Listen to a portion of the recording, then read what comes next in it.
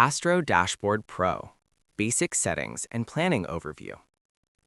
Let's take a quick look at the basic settings of Astrodashboard Pro, an application designed for astrophotography planning. The core goal of the app is to assist astrophotographers, especially beginners, by providing guidance, assistance, and suggestions for their sessions. 1. Location and weather. When you open the settings, you are directed to the weather section. The first time you use the app, it will attempt to auto-locate your position. However, you can manually force a location. Once set, the app automatically detects the Bortle scale index for your area. You can verify this using the light pollution layer to ensure the index matches your actual location. This confirmation is vital because the value is used later by the algorithm to analyze the required exposure and session type. The weather section includes several other layers: low, medium, and high cloud cover, jet stream, light pollution, humidity, and wind. Visibility indicator.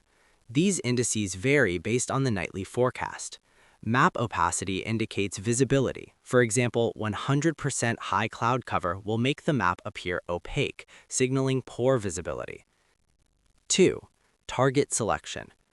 Below the map, you will find a list of objects currently visible from your location at an altitude above 30 degrees.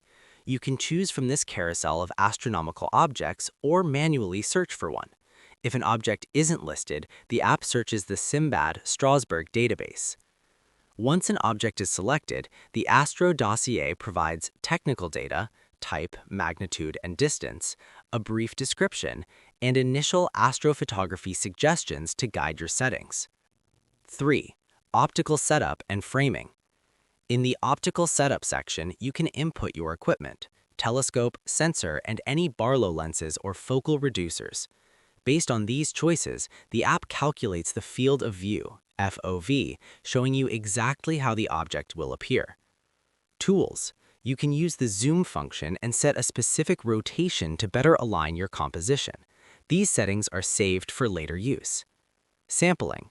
The app provides information on sampling, pixel scale, to show the level of detail your setup can achieve. You can also adjust the algorithm to 2x binning if your setup isn't perfectly sampled. 4. The horizon and session timing. The app displays an altitude graph for your selected subject. A black line represents your custom horizon mask, which can be created using a specific plugin covered in another video.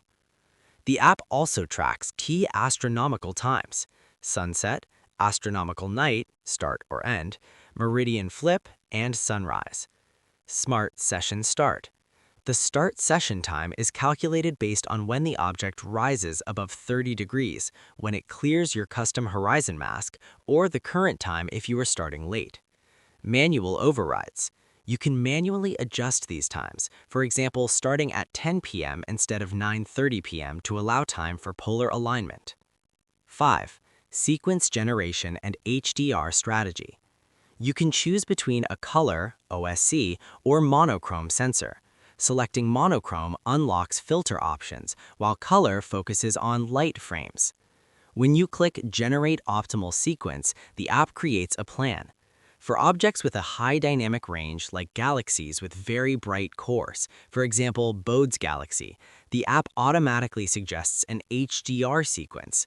This adds a second row of shorter exposures to prevent blowing out the core while still capturing the faint outer arms. For more uniform objects like M101, the HDR suggestion will automatically disappear. 6. Detailed calculations and strategic analysis. The app calculates the total session time by accounting for overhead. This means it doesn't just multiply the number of frames by the exposure time, it also factors in file transfer times to the hard drive, dithering duration, which you can set manually.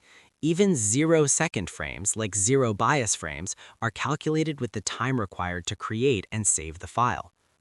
The strategic analysis section provides feedback on your plan. It checks if your night window is sufficient. It applies a Bortle penalty or moon penalty if the moon is bright, suggesting a longer total integration time to compensate for the light pollution. 7. Multi-night planning and NINA export. If a single night isn't enough to reach the suggested integration time, for example, 13.5 hours, you can open the multi-night panel to spread the session across several dates. Finally, the most powerful feature is the export to Nina. You can configure various triggers for Nina's advanced sequencer. By clicking the button, the app generates a JSON file that carries over all your settings: start and end times, camera cooling, rotation, target coordinates, and more. These are the basic settings and workflows of Astrodashboard Pro.